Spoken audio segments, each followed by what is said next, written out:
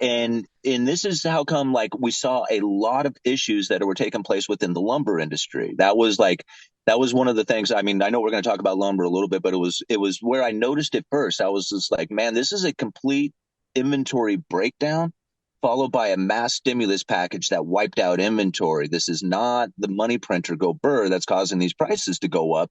This is an inventory breakdown, right? Yeah. And Now, then human everybody told psychology on top of that. Yeah.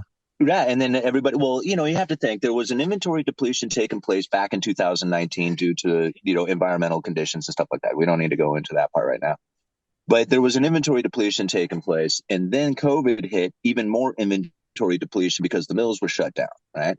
Everybody was handed a stimulus package, and they went down to the lumber yard and started building fences and decks and, getting ready to be locked down at their place and have a better environment to be in, right? So they were improving their garages or, adding additions or doing whatever. So it wiped out the remaining inventory that was out there. Lumber is very heavy and bulky. It's difficult to get it back through the system again, right? You got to cut the trees, mill it up, put it on rails, put it on trucks, have forklifts, have everything to move all this stuff all over the place. And distributing that lumber back through the system in an efficient manner was very difficult to get back into production again. Once it did, the lumber flows right through the system, no Mm. problem from beginning to end, and the prices crash. Boom, down to 400 per thousand.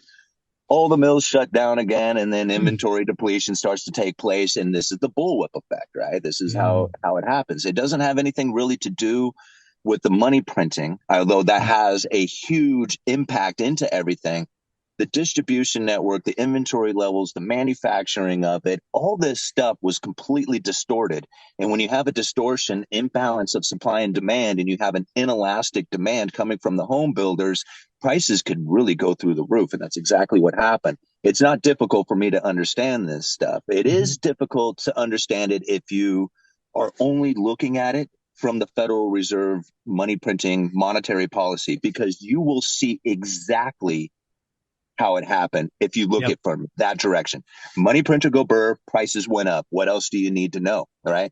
And so Yeah. if you just avoid the whole supply side of things, you will get your answers from the monetary policies Yep. why the lumber went up. But if you include the supply side to it, it's all of a sudden you realize, oh man, there's a much bigger picture and a much clearer picture of what happened.